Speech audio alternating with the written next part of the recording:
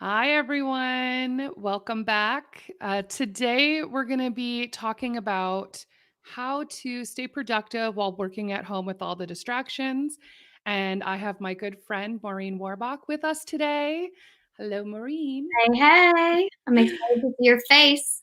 I know, it's so good. See, it's also good just to be able to connect to other people. But we would love for everybody, if you're on to, if you have any questions, definitely put them in the comment section, and we will try to get to them as well.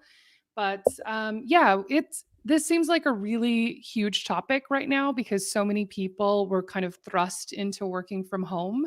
There are those few who are like, "This is great. This has been, what I've been doing anyway," so their life hasn't changed much. But I think for a lot of people who not just the people who enjoy having others around them and socializing with their coworkers, but for people who thought, "Okay, I never thought I would be doing this," it's quite an adjustment. Yeah, yeah. It's an interesting adjustment to make, especially as someone who has been used to being around 30, 40 people in my workplace and having to sort of make a really large adjustment on the business end, not just for myself but for everyone else in the business, has been an interesting adjustment. But I'm seeing this as a really fun challenge, which is how I'm looking at this. Which I think is a big piece of it. It's the mindset, right? It's like how do you yeah, how are you approaching this in your mind is going to make a big difference of if this is just so overwhelming or like, okay, yeah, you know, this could be fun. Let me see what happens here. Yeah, Mike McAllowitz yesterday put out a PDF called something like Recession Proofing or something like that. But it's essentially this graph that showed, people in this time with what's happening, business wise and work wise, go dipping down to this space of despair. But then there's this like trickle up effect where, people get into this place of motivation and kind of get to a place where they are done feeling bad about the position that they're in, of having all their whole life kind of upheaved and shifted, and then get to this place which you and I were talking about before the recording. I have all these ideas now that I'm doing because I'm in this place of now I'm motivated to see how to make this new shift work for me instead of having it, put me down. Yeah, and I think that's the thing. It's like kind of I think with anything that can be a trauma or a challenge in life, it's like finding the silver lining in it. Yeah. And that's not to say that we don't have rough days or that it's not a challenge because it will be and it is. But at the same time, I do think, on one hand, it's like having the perspective of, yes, it's a challenge working from home, but at least we get to continue working. Yeah. Right. So if we have this opportunity, because I know there are a lot of people out there that right now they don't have that opportunity. Either they're having to go out because they're frontline workers and they're in healthcare, or, first responders or people like that, or there are people who lost their jobs for right now. So, it is tricky, but there are upsides to it. Mm. And so I think we'll talk today about kind of both of those. But I do think it's important to kind of, especially if you've never thought about this before and this is all new to you, and I think for a lot of people, they're probably on like week 1 or week 2, depending on how fast their company or they themselves transition to online. Yeah. So they're probably like, okay, you went through that, like you're saying, that initial mourning period. And so now it's like, okay, now what? Now I got to figure out what's going to be my routine for this next foreseeable piece of time. Yeah. And I feel like that's where it gets really, for me, fun and interesting because I'm essentially, as a business owner, having to take all these policies that we had and procedures that we had that worked for an in office, face to face sort of business. And, in a week's time, it's really fun to see how many businesses have done this. It takes a typical business 6+ months to make big shifts, and we've all had to do it in a week's time. Yeah. And it's so I think it's really fun that we're being able to do this, and I think it's gonna, in the long run, help our businesses. And that's how I'm gonna look at it. Is I see how, in at least in my industry, how different it's likely gonna be from this point on, even when all of this coronavirus stuff is gone, or managed, that how we do our work is going to be very different from this point on. Yeah, and it is interesting. I think it's going to teach for the businesses that continue after all of this, hopefully has reached an end. I think it's the flexibility. Like we're learning a lot about being flexible and kind of challenging some of the beliefs we have around how work is done or what's the best delivery system. Like I know with my team, something that I talked about, we did some like team meetings this week, and I said, we have a preference for something that doesn't make it better. And so, like, I know, and even as somebody who transitioned to online work a year ago, theoretically, Yeah.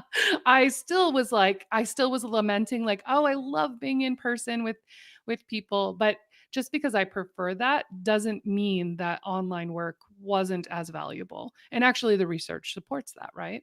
Right.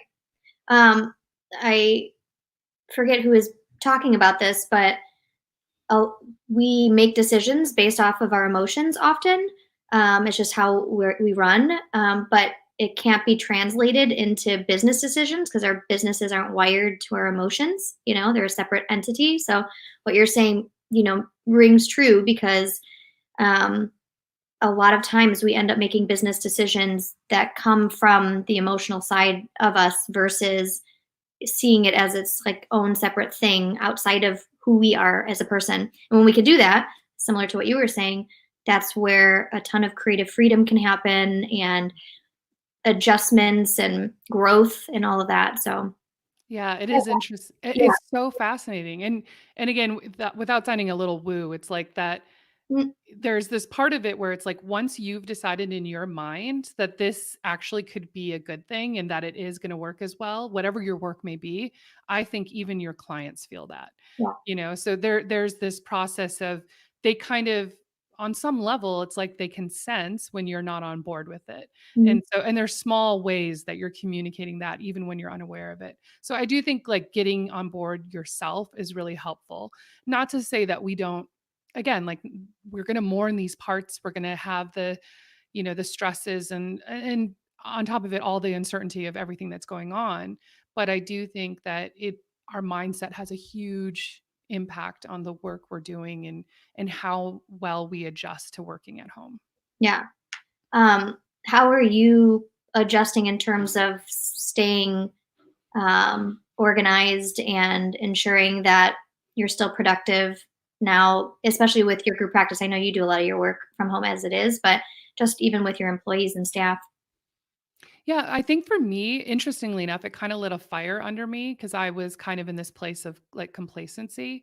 Yeah. And so, because I am concerned, I want to make sure that, I'm responsible for other people being able to pay their bills. And so, I want to make sure that that doesn't change for them and so that they're able to still support themselves. Um, and I realized like I had fallen out of a lot of the routines that when I was super productive. And so it's kind of forced me to go back to them. So like one example, although it was funny because I said to my husband, I'm clearly on West Coast time again. Like somehow the time change and everything that happened, all of a sudden I was on West Coast time because I was staying up till like 1 in the morning and then like sleeping till 9, which I know I have that luxury. I wasn't really sleeping that well. Like everything felt disrupted. And I think that's just part of that adjustment period. So, but it got really bad. Yesterday was just a rough day, like of no sleep and just being off. And so then I felt that struggle all day. So then I said, okay, I have to go back to East Coast time today. So today I was like up early and, our kids are sleeping a little bit later than normal. So that we're getting up at 7. But I think it's just getting back into those routines, like having those rituals.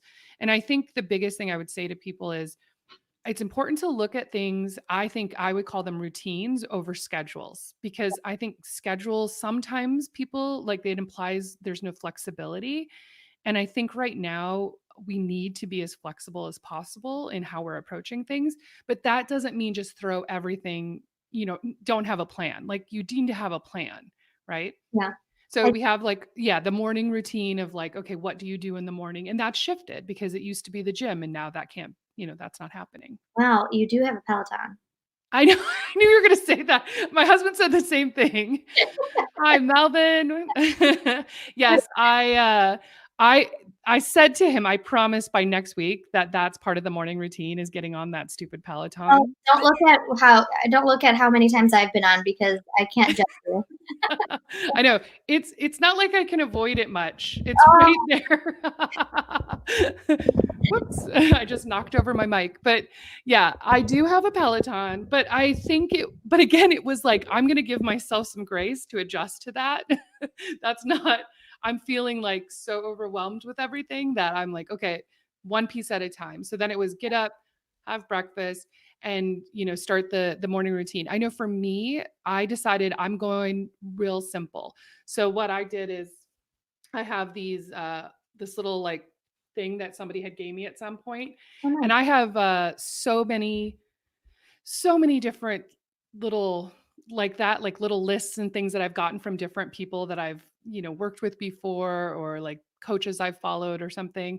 But I was like, it's super simple. It's like today's goals, morning to dos, afternoon to dos. And I'm just writing like, what are the major things? And like literally no more than three Yeah, that I really want to get done. And then there's like really making sure I build in and say like having a break or spending time with the kids or something like that, because I'm going to do more than those 3 things, but I just want to make sure at the end of the day that's it. right. Because I could put so much pressure on myself that then I'm just going to be in like constant work mode, won't be able to turn off my brain, will be super stressed out. So I Yeah. think for me that was the big one, is like setting what do I have to accomplish today? I don't know if my business owner brain is gonna get in here too much. But when I think of just productivity, but productivity around the time of now with what's happening and um, businesses having a loss in income, loss of people coming, whatever kind of business it is. I've shifted for myself, but also for my team, what productive looks like. So I like what you're saying, of not looking at it as having a schedule, because it does feel a little bit more rigid, and having just an idea of, either a checklist of a couple things that you want to do throughout the day, or a theme for what your morning, afternoon, and evening is going to be like. But I want to, I guess, touch on the business owner part of me that's also looking at what does it actually mean to be productive right now, because I think that has changed compared to what productive might have looked like 3 weeks ago, 4 weeks ago. Yes. And so that's the discussions I've been having with my team, because most businesses have had some sort of a loss related to what's happening. And so, how I'm looking at what is considered productive at this moment, and that'll change when we're out of this crisis mode, is what is the one thing that we need to be focusing on, and whether it's sales or profit margins, or like shifting our organizational structure because we're now at home. But what's the one thing that we need to really be focusing on that'll keep us afloat throughout all of this, so that we don't get to a position where we're in financial trouble or whatever, as a business and as employees. And so we've made the shift of really looking at everyone on our team.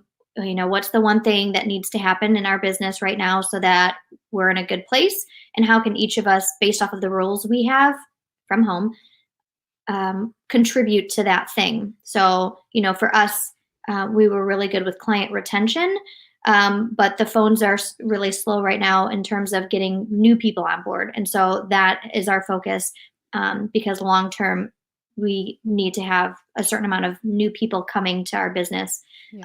um, and so we've all looked at what role based off of who we are in the business, what role we play in the business, what is something I can focus on, and each person can focus on, while they're at home, that moves that needle forward. And so for me, I feel like that's what productivity in a lot of ways looks like right now. Is you could be sending emails and doing some of the tasks that you're supposed to do as part of your job description, but if it's not helping whatever is needing the most amount of help right now through this crisis, it's not actually helpful anymore. Absolutely. I think I love the way you articulated that because I think that's what I was doing in my mind is I was approaching it like I first of all, I'm approaching everything as let's do this as easeful as possible because I think there is so much underlying stress that everyone's dealing with because there's even if you're not actively worried that you're going to get sick and die, there's still like your people you love and care about are more susceptible or you know there's just so much stress and so much uncertainty. So everything I'm choosing to do is with the idea of like let's be really easeful in this. Mhm. And those 3 things that I'm doing, I have a million things that I should be doing for my business, should be doing, and could be doing. But it's really what you're saying is they're all in service of what is my major role and task right now. And like for me, like you're saying for us, mine is about increasing visibility and getting calls. Yeah. And so everything is around that, making sure that we're getting more calls in because yeah, we had people who didn't want to transition to online. Mhm. So, numbers are down. And so it's like how do we bring people in and offer them that support? So I think that that's a really good place for looking at each employee, like what is their one task that they should be doing, and making sure that everything kind of supports them in a really healthy, easeful way to do that. Yeah. I kind of took, from Mike's Michalowicz's Clockwork book, the queen bee role he talked Yes. about, like, if that role what is your business's queen bee role? And I'm kind of adjusting that because the queen bee role might not be the thing that's struggling right now through this crisis. Yeah. It could be, but I'm kind of adjusting that and thinking. So the whole idea of the queen bee role is there's one role. It's maybe not a person, maybe it's many people, but it's one role that it is kind of the glue that makes the business stay together. And the idea is if the queen bee role is struggling, everyone else's role needs to stop to help support that queen bee role. And so I'm kind of adjusting that idea to this time with, my clinicians and then my leadership team and then my administrative team and then my clinical director and I've in each of those buckets, I've said what makes the most amount of sense for clinicians to do with regards to getting new clients. And so I've said, if you have kids and you have a pediatrician, call your pediatrician. Like literally, it's your kid's pediatrician. Just give them a call, let them know you're offering teletherapy. With my leadership team, my supervisors, I said the thing that would really be the most productive for you to be doing right now, aside from seeing your clients, is not so much leading your clinicians at this point. I prefer for you to, instead of meeting one on one with people, get them in a group once a week so that you can condense your time and be able to have a little bit more time to support the need that we have of getting more clients in the door by letting me know what local businesses are. So I have supervisors at each location. They know that location's neighborhood the best. So they've been giving me that. And then my clinical director is the one that then reaches out to those places. And then I'm doing kind of the online social media, digital marketing stuff related to it. And then my administrative team talking about conversions. When a client does call, how do you now communicate with people that are calling and kind of learning sales around teletherapy because how they were converting clients to come in the office is now very different. So that's kind of how we're looking at productivity. And we've already seen from week one, where we're 2 weeks in now, which I'm a metrics person, and that. That's how I know for me. And through this period, I feel like that's how I'm going to know that we're being productive and doing the work that's most important right now. Is by looking at metrics, and we had around a 21% dip in overall sessions, clients being seen in week one. And I just, right before I met with you, did week two, and went up like 8 or 9 percentage points to 14% loss. And obviously, my goal is to close that gap each week. So that lets That's me know that things that we're fantastic. doing is starting to make a difference. And Absolutely. Which says to also just being really focused and so working on that goal. So I think for people also working from home, so right now we're speaking a lot to the business owners, but I think something that stands out for me too that I have learned through because I guess it was last June that we moved. So I went from being in the office and being in that kind of position to doing all remote work. It was realizing something that I struggled with early on when my kids were babies of that with all the flexibility, it can be really easy not to prioritize things and to just say like, okay, I'm going to take care of everything here at home and everyone, and then I'll just save what I have to do for the end of the night. And so I know for me, like there are times where it's like I hit that wall and I just had nothing left to give. And so then it just wouldn't get done. So Yeah. then my to-do list would start to build up because I was trying to take care of everybody else and be Right. flexible for everyone else. And I think a lot of women do that too. Mhm. And so being aware of, yeah, we have a lot of flexibility and this is good. We need a flexible mindset so that we're able to kind of adapt and change because every day could be different. Like one day you have this great day and everything seems to click, especially if you have kids at home, right? Yeah. And you like everything seems to click. And then all of a sudden the next day, like nobody's having anything and it's just World War III or something. And Mhm. so then you realize, like, okay, I have to adjust what I'm expecting of myself today, but that doesn't mean like all is lost, right? But Yeah. I think like, yeah, kind of being flexible with that of I know for some people I've heard, they said like they've been working like for a few hours in the morning, being with their kids in the day, and then a few hours at night. Mhm. And that's great if you're able to do that. But I also like want to say to people, like, it's okay to kind of you have to figure out what schedule is going to actually work for who you are and kind of your energy levels. Yeah. I also think the second piece to that is accountability, because it's really easy to just get stuck in what's happening in the day, but all of us can do work around holding ourselves accountable to being productive and doing what needs to be done while also being flexible.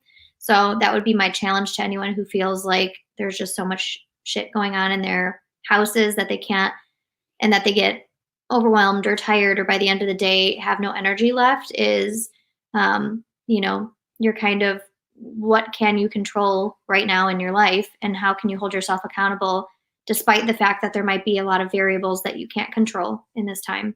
Exactly. And I Yeah. think that's why, like this week, I've been talking to people with different aspects as I thought about what are the things that impact us. Like yesterday, I talked to a professional organizer because like if our work environment or our home environment feels very chaotic, it's even harder to focus and to be and it drains your energy, right? Mhm. So doing little things for yourself that help support that. But I do think ultimately, yes, it's the accountability piece. Like, That that's why I get my car cleaned every week. People think I'm a goofball, but every Wednesday I go get my car washed because I drive a lot to all my yeah, businesses, and for me, my brain and body feel organized and calm and ready to tackle a day when my car feels clean and organized. Um, and I know a lot of people think, "I can't believe you're getting your I car I washed." actually love that you say that because I would say this to clients too. I said, "I have 3 places that I need to be." I mean, I would probably add my office, but I didn't say that. I have to clean out my purse once a week, my car, and my bedroom to Yeah. make sure because then that way, like, when I go to bed and wake up, I'm in this, like, clean environment, and frankly, there's nothing in my bedroom besides clothing, so, Oh, like, I have it very, like, organized because we are impacted, but it's the same thing, like, if you're spending a lot of time in your car, or now if you're spending a lot of time at your dining room table, like, mhm. make sure that room, even if it's at the end of the night, you have a routine with if you have other people in the house with you or children, like you do something to kind of clean it up so that you start fresh because I think it's like it's so draining to go in when it feels chaotic. Yeah, I agree. Yeah, I think that's a good one. Um so yeah, going to like if we're talking about strategies for people about how can they actually what are other ways to kind of minimize those distractions when they're trying to get work done. Do you have any suggestions that's been helpful for you since you've been home? Because I know you have 2 little ones at home as well. Yeah. There's distractions that I bring out myself. Um, Tips are, I turn my email off. I tend to be distracted. I'll get to, I know you mentioned kids and stuff, so you want tips Oh, around no, that this as is well. good. But Yeah. I'm going to start with that because I feel like I tend to be the worst at distracting myself versus my kids or my partner. So I have, I don't have Facebook on my phone. I will turn off my email on my desktop or on my laptop when I'm trying to get work done, so that I'm not distracted. And I'll open up, because if you could see my computer right now, I have 5, 6, 7, 8, 9, 10, 11 tabs open. But what I'll do, that's because I was fiddling around before I was working with you, talking to you. But when I get off this call with you and I actually do focused work, I'll pull just one of the tabs up and put the page with the 8 tabs down so I don't see it. For me, it doesn't distract me to like moving to another tab and being like, oh, let me work a little on this. And then the other thing that I do in terms of just self distraction is that I'll batch my time, which I'm sure you've talked about before with batching, but I feel like now that we're at home, it's even more helpful to pick spans of time where we're just focusing on one thing so we can go deep in it, versus, emailing someone about our services, then emailing someone in your business back, getting on a chat, then doing this. Is really having 1 or 2 hours at least where you're just really diving deep into something that's really important work for you. That being said, that's for my own sort of distractions that I tend to impose on myself. But with regards to just having other people around, I had a very frank conversation with my partner and said, I need you to help me out. And so we made a family schedule that allows me to be able to work in my bedroom like I am right now, and where the door gets locked, and that he keeps the kids on the first floor. And then part of his schedule is that he has the kids doing 2 hours of school work while I'm doing this so that they're kind of quiet. And then after, he lets them play on their tablets for like 2 hours, and then they play a board game or go for a walk for 1 hour. And then I'm usually done by that point. So we've made a schedule that works. And then, he's a teacher, so he's got to have his time. So during, while they're doing their homework, those 2 hours is me up here, and he's in the basement grading papers and doing, videos and stuff now that they have to do. Right. And I think that has been the most helpful thing, is really sitting down and saying, how can you get your schedule and my schedule and the kids' schedules all to work in sync? The first week we didn't have that, and he would be knocking on the door and I'd be like pushing him away because I'm on a video. Other times he'd be texting me and I could see it lighting up, and he'd be asking if he can come in to grab something. Then there were times where he thought, it's 2 in the afternoon. Are you almost done? What are you doing up there? And so it was, us sitting down and saying, what do the kids need to do? What does he need to do? What do I need to do? And how do we incorporate some fun and family time in with that? And then we put a schedule together that works like as a family, all of us together. And I think that's been the biggest help. So literally 10 minutes before me and you were meeting, he comes in, brings me a cup of water, which was so nice, my little Starbucks water, and then locked the door and said, I'll see you at 3.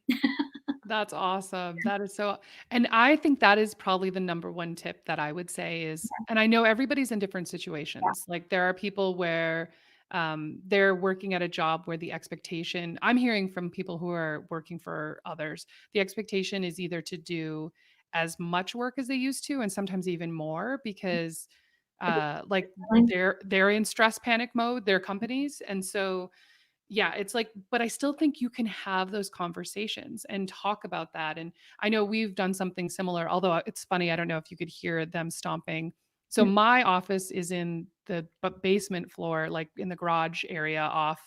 And right above me is the dining room. And I said, please, no stomping while I'm between noon and 1. And they're up there like doing gymnastics routines. I can hear it right now.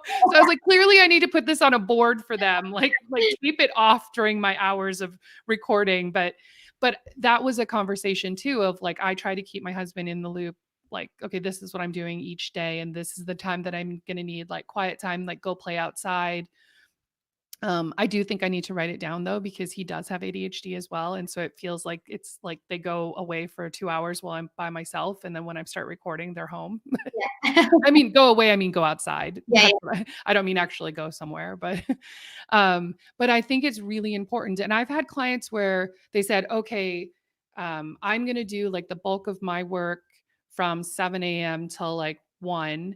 And then they kind of switch off like who's corralling the children when there are children involved. So that way they can, and then the other person works from like 1 to 7 yeah. if they have that flexibility. So that way, and it's not that they can't get work done on the other times. It's just knowing like I'm responsible for, making sure the kids are on task.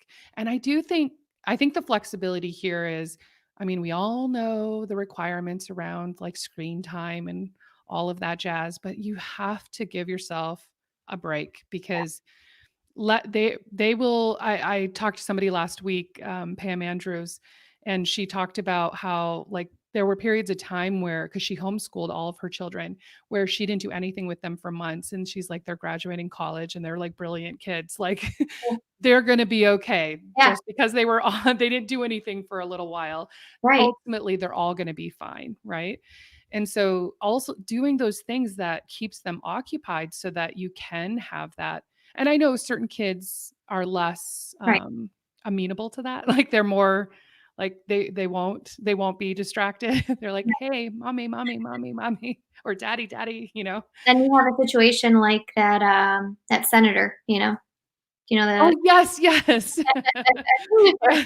where the baby comes just waddling in during his life. It Yeah. was adorable. I think And it's that's the thing. I people are think gonna be open to that and I okay with think that people are, yeah, they're going to be, you know, they're going to be understanding that that's going to happen. And like, I think people are having a lot more grace with each other as well. Like, normally you wouldn't consider something professional. And it's that. like, you understand, like, we're all stuck at home together and this is going to happen.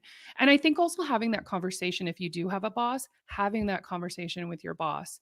I was Like, gonna say, you mentioned, 5 or so minutes ago that just so you know, this is what happens when I'm not around for, like, 32 minutes. I can see it light up. Everyone needs me. But you had mentioned that people or bosses are expecting more or expecting them to work at least the same amount of time or more during this time. But there's so much data out there that shows that most employees really like 20% of the work they do accounts for most of the productive and important parts of the business, and that there's so much wasted time as it is. So I feel like this is a good opportunity for business owners and employees to talk to each other around time management, productivity, knowing what's the most important thing to be doing right now. And it's very likely that most people can work less and actually be doing more for the companies they work for right now, during this time. yeah, I'm glad you mentioned that because it's the Parkinson's law that time expands to fill the work allotted. Wait, yes, yes, that's right. And so that's the thing. When you're not in the office, you're not being interrupted by coworkers constantly. Mhm, There's probably not as many distractions happening mhm, and these breaks that we naturally take and we just don't think about. mhm. And so if you say to yourself, okay, like I'm going to work from this time to this time, and you stay really focused, and that's the accountability part, you're probably going to get it done. Right. And that's the reality of it. It's like, but if you kind of say like, "Oh, I've got to work all day," and and it just feels like you're kind of in that place, you're not actually being focused. You're letting yourself get distracted. I absolutely do believe that. I think I think there's part of that is understanding you're going to be a lot more efficient when you're at home. And then, but if you do have somebody who the boss is like, "Oh, you're done. Like, let me add something else," Mhm, having that discussion about, "Hey, look, I'm going to use the example of kids because right now, nothing else is coming up in my mind, but mhm, you could have a partner who's distracting as well, or animals or something. But being able to say, okay, I have a 3-year-old who really needs me. So I will definitely get these things done. But what are my top priorities? Like, mhm. I think even asking for that, Yeah. because it's, sometimes it's like there's all like you're saying, if the company hasn't had the conversation of, hey, these were all your responsibilities before, but right now these are the things that matter. Yeah. Like none of that stuff really matters right now. So let's focus on that. And if you need to talk to them to get them on board so that you can calm your own anxiety. Cause I think Mhm. a lot of it too is people's anxiety of like, I need to be on. Yeah. And it's like, well, maybe not. I mean, maybe you can finish that work in 3 hours and then be able to, to change it up. Yeah. It'll be interesting to see how that part pans out after this pandemic, you know, settles down, Mhm. is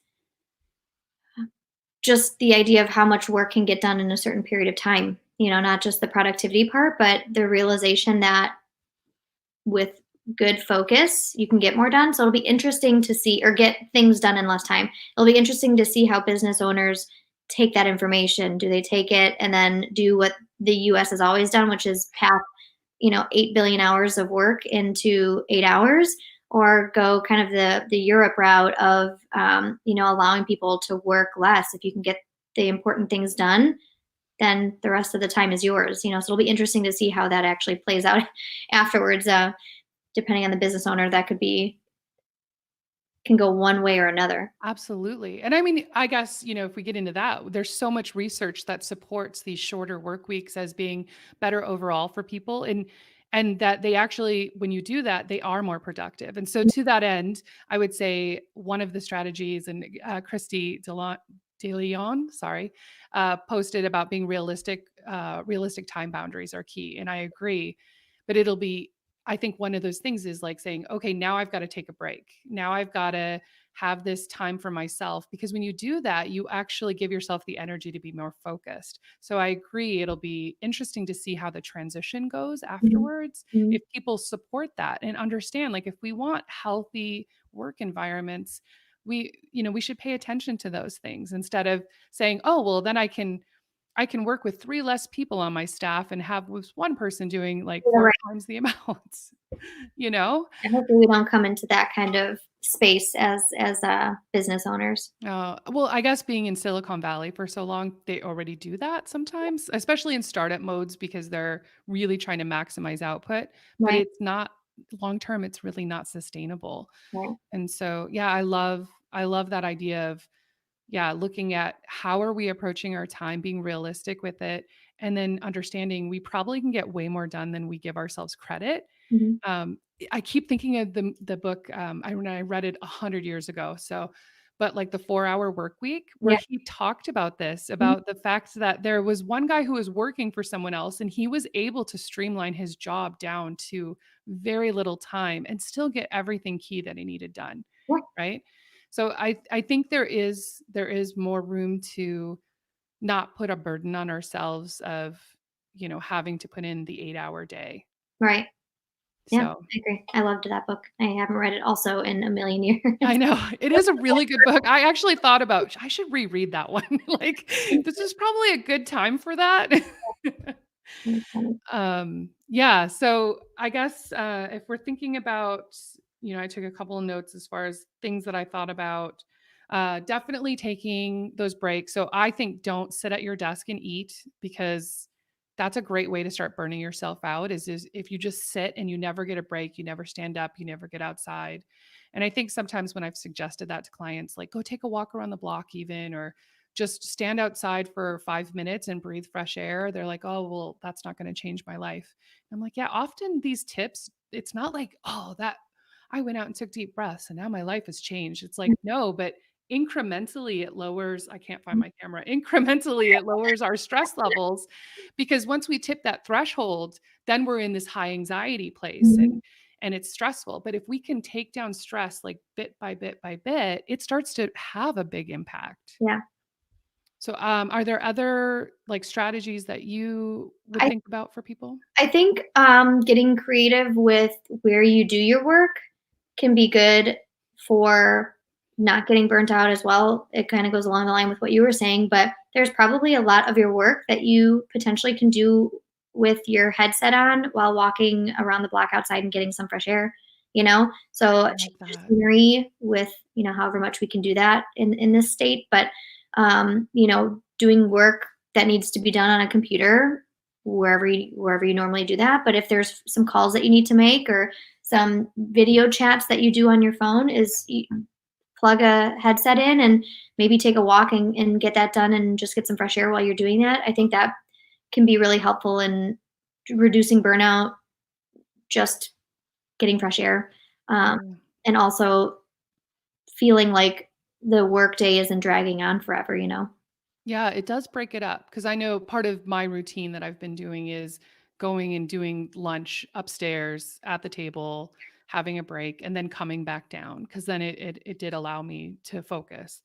Um, and like you said, if you have the ability to go outside, you could just sit outside and do those calls. Mhm, And it really does, the change of scenery is really helpful. I mhm. know I did try that yesterday because like I said, I had a rough sleep night. So I tried working from my bedroom because I was like, maybe I need fresh air and sunshine. And it was horrible because I sat on my bed instead of sitting in the chair.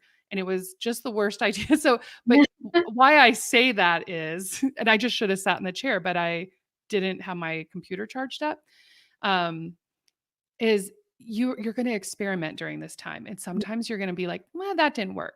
Yeah. Like, and that's why I say it. It's like, it's okay to experiment and then see like, "Yeah, no, that actually made it worse." Yeah. I always look at realizing that things didn't work or a failure or anything like that as, uh, bringing me closer to where I need to be? So even in this kind of case, you sit on the bed and realize that was not very comfortable. You probably aren't going to do it again, and now you have one less place that you need to go to try out. Exactly. I love that mindset. Again, it's just, yeah, it's like, okay, yeah, I'm trying experiments here. I'm gonna try, looking at things in a way that feel more like, um, it's like, exploring things as opposed to I can't. Like, I can't go to the office. I can't go walk around my block because maybe where you live, you can't. I can't do XYZ, but instead saying like, okay, here are the ways that I can explore what I can do.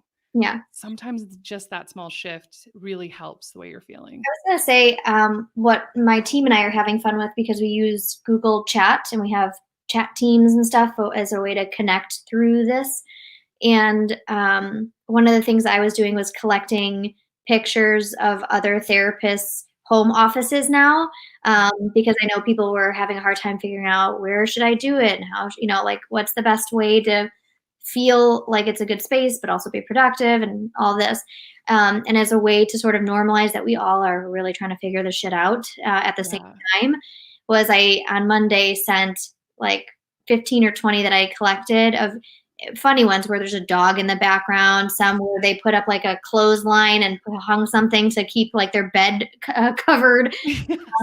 But I felt like it was a way for people to remember that um, we're all in this weird phase together of Mhm. figuring out how to work from home effectively. Even the people who were working from home now likely have other people in their house working from home that it's going to mess with their routine as well. So I just thought that was a fun, and people were laughing and then sending pictures of their workstations, and um, it kind of normalized the situation, and I think reduced any anxiety or negative feelings that they were having about not being able to connect with their colleagues and be in kind of that normal space that they were used to at the office. Uh, Yeah, and I think the two pieces of that is one is you're facilitating the connection, and like you're saying, and then you're also, like you said, you're normalizing that like literally we are all in this together. Mhm. And so everybody's going through this, everyone's, feeling concerned because I had a therapist who was very concerned because she actually is staying at her parents' house with her husband because like they live in an apartment and it was just giving them more options as far as being able to go outside. And she was like concerned that the bed was there. And I said, frankly, I think people are understanding that you're having to work from a bedroom to give them privacy. And I said, now, if you're sitting on the bed, probably not a good idea. I think it gives a different vibe. So many pictures of people who actually put the laptop on the edge of the bed and then had a chair facing the bed. Yes, And so, exactly. um, Yeah. I think that's yeah, such a good idea. yeah, And to be talking about it. So I literally showed her like some of the things I have done since being here. And I said, oh, yeah, like I have this pretty box and I put it under my laptop, before I got like a stand so that it could be at the right height and, Mhm. just trying out different things. And I said, and have other spaces prepared. So that way, like, you can't just sit for 8 hours or 6 or however many you're doing in this one uncomfortable chair. I think you need to like change it up and just for your body's sake, right? Yeah. So, yeah, I love that. And staying connected with people as much as possible in those little fun ways that we are missing. Even if you're an introvert, I know you're missing it. In some ways. You're like a little bit less than you are, but Here and like, "Oh, I can't do you. I can't get on your side here." And there's you. exactly, exactly. I love it. I more miss the fact that I can't just go where I wanna go, you know? Oh, I know. I mean, even like even the other day, I was like, I really could go for a Starbucks. I mean, financially, it's been great not going anywhere, but Right. But it's a sucker when it comes to, the routines you had in your life. Oh, yeah, that we enjoy. So it's figuring out, okay, yeah, what can I do to stay have to stay sane during this time. yeah, I agree. Um, the other thing, I guess, for people who are kind of like new to working at home, this is something that I would talk about with clients a lot because being again in Silicon Valley, we already had a lot of remote workers Mhm, and there's the isolation piece, but then people would always talk about, oh yeah, there's like this expectation of, oh, like you can do the laundry or you can do the dishes or, like schedule things or be there for things. And it's like, well, but that actually is a huge disruption in like changing what your focus is. mhm. I think it's really important to kind of time block that as well. I think that that's the best policy because I don't know about you, but if I were like, oh, let me just clean up as I walk through the house or something, I could spend all day cleaning my house because I have people undoing it right behind me. I just literally had this problem happen to me yesterday. I had a webinar with Mike Michalowicz yesterday, and Mhm. I hadn't finished reading his book, and so I was like, "I'm gonna finish reading his book," but then I woke up in the morning and I thought, my husband has type 1 diabetes, so he's, not leaving the house for any reason. Oh So yeah. I needed to, be Katniss Everdeen and go to the The grocery store. grocery store. And for whatever reason, I thought, "I'll just get it over with in the morning," and I ended up getting back an hour before the webinar, which was when my husband and my couple session, teletherapy session was, so I ended up having 0 time to prep, and that kinda goes to your statement, which is, like,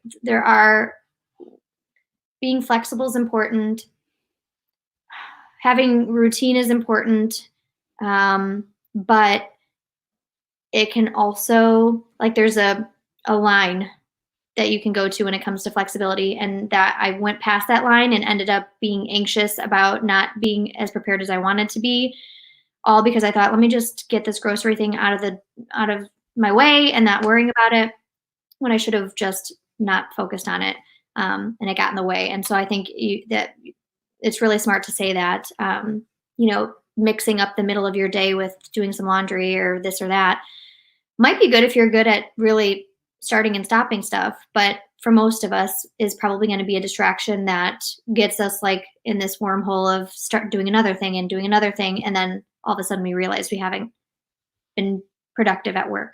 Yeah, well, you didn't finish those like, if you had the 3 things you needed to accomplish or the 1 thing. Yeah. I think focusing on it really I think even more than when you're at work, because when you're at work, you're just there. Like, I go to work when I went to an office, and it was like, I'm there, so that my whole focus is on work. Yeah. But when you have this flexibility, like you're saying, you can say like, "Oh, I'll just pop in and do this," without realistically thinking like, "How long actually does it take to go to the Yeah. grocery store and to do this?" And like and right now everything's so not normal anyway. Mhm. And so, yeah, like thinking about, okay, things like that, I would love to check off my list because I love that sense of accomplishment, but I can do that later in the day when my energy is lower. So remembering when is your best time that you work, I think that's one of those things. Mhm. Like there are those tasks where I need to have more focus and energy and so put those towards the start of the day and then there's stuff like laundry or yeah, grocery shopping that's really mindless, like I can do that later on. Yeah. But yeah, I think it's something we just have to continue to kind of check in with ourselves. And like we were saying, you had that experience, you probably won't do that again. No, So you're still have probably to not going to make wait that until I'm decision. done working to get groceries. You're like, yes, Katniss went out at night to get Yes, groceries. So that is when I'm going. exactly. Yeah, because and also I don't know if you've had this, but I I think it was like last week, or I haven't been out of the house for a while, but time is going so fast and so slow. Yeah. I was like, I don't wanna go out on a Sunday to the grocery store because it's typically very busy, and then it's like, well, actually, almost everybody's working from home. I don't know that Sunday is still the same. I will tell you, I went early in the morning and it was a good time to go. So I just need to shift my work. I mean, in this instance, I had a scheduled appointment at noon I had to be home for a webinar. I Yeah. couldn't just do it later. But I went when it first opened at like 8 in the morning or whatever, and it was super empty. Yeah. So I didn't have to feel creeped out by being by the other people. That being said, there were literally almost no groceries at the store, but Oh, wow. it's and everything had a limit. I mean, shampoo, 1, everything. It was so weird because I Interesting. hadn't been in almost 2 weeks. I'd gotten, enough food for 2 weeks worth 2 weeks ago. So it was the first time I'd really gone out, yesterday, so it was interesting, but morning time is seems to be a good time. I think Yeah. maybe sleeping in more or just they have to prep themselves mentally to go out. Maybe, it takes them till later on in the day, but it's pretty empty in the morning. I guess the last time I went out, it was later in the day, later in the afternoon, and it was very quiet as well. So I don't know if just because people are having more flexibility with when they can go, like, I don't know. Or they're, yeah, 'Cause doing what they they're weren't driving home from work, so it wasn't like they were like the 5 o'clock convergence, you know? that's true. So being aware that some of the old patterns definitely have changed. Yeah. Um, let's see. I'm trying to think. I know we're about out of time, but yeah, I think it is just kind of taking it day by day and assessing like what are the priorities for today and Mm, having conversations if you are lucky enough to have another adult in the house with you, if you have children at home.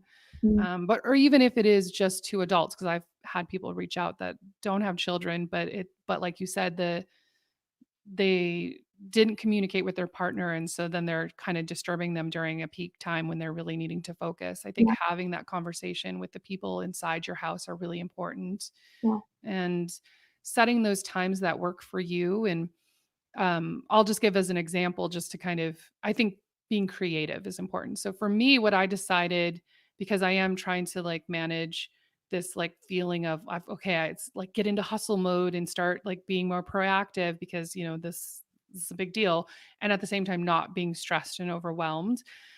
So I kind of built my days so that I take the weekends off, and unless there's something like emergency, I'm taking the weekends off to be family time.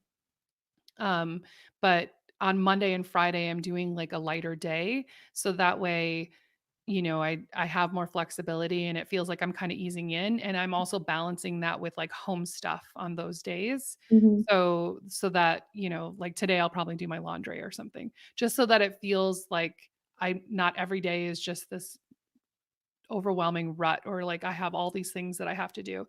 And then my really intensely focused longer days are Tuesday, Wednesday, Thursday. And I yeah, know I get to make that schedule. And I'm not saying I don't work on the other days, but it's like those were definitely longer days where I was putting in maybe like 10 plus hours, but I did it in a way that felt really good. And I think that's an important piece, is to be kind of challenging what we're like how we're structuring our time right now. Like you can have flexibility with it. It doesn't have to be that Monday through Friday. yeah. So Mags wrote in, do you have any tips for what to do when you get distracted? I like to move. So if I'm feeling like I'm checking my phone or my kids are coming in or things are just, I'm not staying focused in the thing that I'm supposed to focus on, I'll stop my work, put my shoes on, and take the kids for a walk outside and get fresh air. For me, moving resets everything. So I'll take a half hour and just we'll walk around the neighborhood or I'll let them play in the backyard and blow bubbles while I just kind of hang out with him outside. I don't know. For me, being outside definitely resets things. If I stay in my environment, which is the house, even if I'm in the bedroom working, the house is all feels like one enclosed space to me. Getting Yeah. out definitely resets. I come back and I feel refreshed and ready to start again.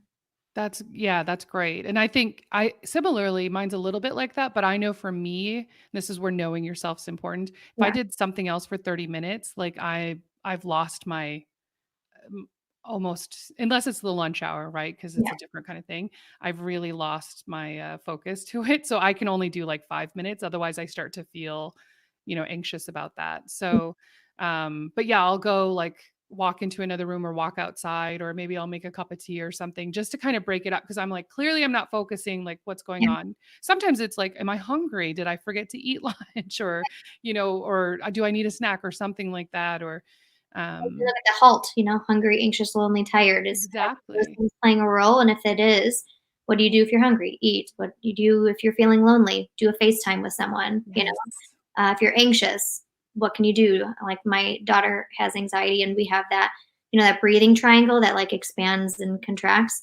Looking at something like that, or scheduling an appointment with a therapist. And if you're tired, take a 20-minute nap.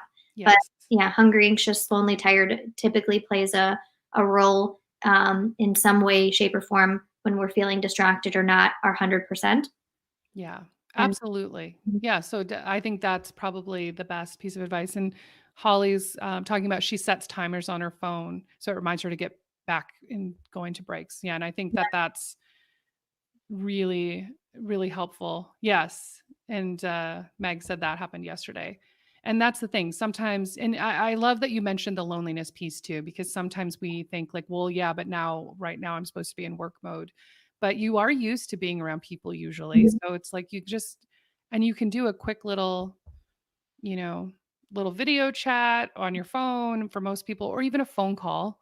Yeah. I've had people talk about they're actually making real phone calls instead of just texting because sometimes you just need to hear Yeah. their voice. Yeah. And Yeah. there's lots of ways. Knowing everything. Instead of sending an email, I just put a Google Meet up, and we just pop up on our face to face on our computers or on our phones, and I'll just ask my question that way. It's sometimes gets us into a 15-minute roundabout into other things, but it's a way that we're connecting. So Yeah, because we have to remember to connect, take mm, that time for ourselves, but also to connect yeah, during all this. So wonderful. Well, thank you so much for coming on. I thought it was helpful just to talk about and hear. I think it's reassuring if you think like, oh, okay, I'm doing some of these things. I'm on the right track. I'm going to keep doing them. Or hopefully, some people heard some good suggestions of what they should do. But yeah, I really appreciate you coming on. no problem. It's good Yeah. seeing you. Now we can check off that connection piece and then we'll go. I'm just kidding. Now back to work, We're people. actually not getting our GSD thing happening.